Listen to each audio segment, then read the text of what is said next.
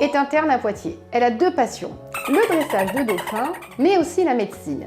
Elle souhaite effectuer ses premiers remplacements, mais ne sait pas du tout comment s'y prendre. Nous allons l'accompagner dans ses démarches.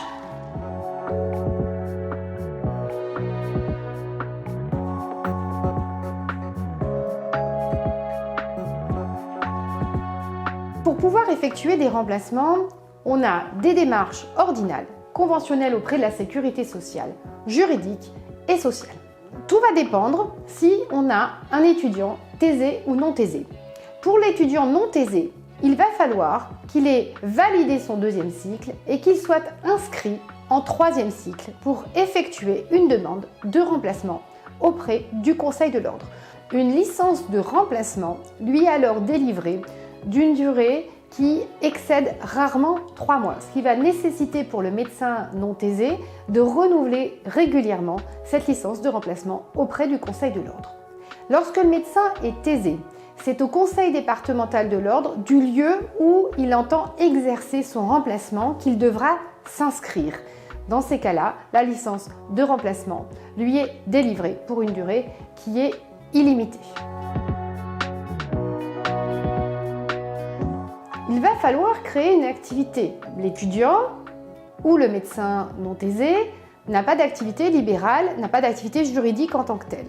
Il va devoir se faire connaître auprès du guichet unique qui va lui attribuer un numéro d'identification qu'on appelle le SIRET.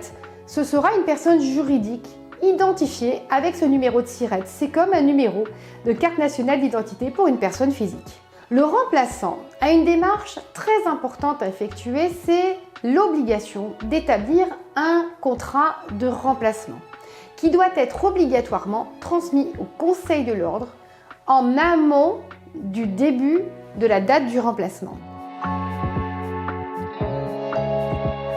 Le médecin remplaçant a aussi l'obligation de se manifester auprès des organismes sociaux, notamment la Caisse primaire d'assurance maladie, du lieu dans lequel il va effectuer ses remplacements.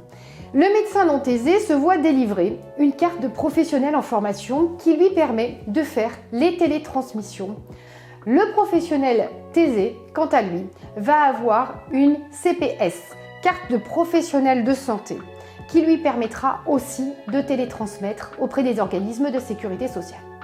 Lorsque l'on s'inscrit à la CPAM, la Caisse primaire d'assurance maladie va délivrer au médecin un numéro qu'il gardera toute sa vie, qu'on appelle le numéro RPPS, répertoire partagé des professionnels de santé. Quel que soit son lieu d'exercice, s'il change de département ou de cabinet, il aura toujours le même numéro RPPS tout au long de son activité.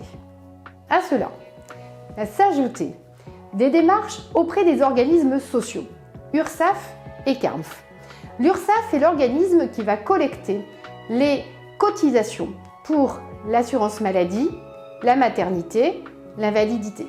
La CARMF est l'organisme de retraite qui va collecter les cotisations retraite pour les médecins. Lorsque le médecin va s'inscrire auprès de la sécurité sociale et lorsqu'il va s'inscrire auprès du guichet unique, comme je vous l'ai dit, ça va forcément déclencher une affiliation auprès d'URSSAF. En résumé, Cindy, pour pouvoir remplacer en toute sérénité, pense bien à contacter le Conseil de l'Ordre, faire les démarches juridiques auprès du guichet unique, effectuer les démarches auprès de la CPAM et te signaler auprès de la CARMF.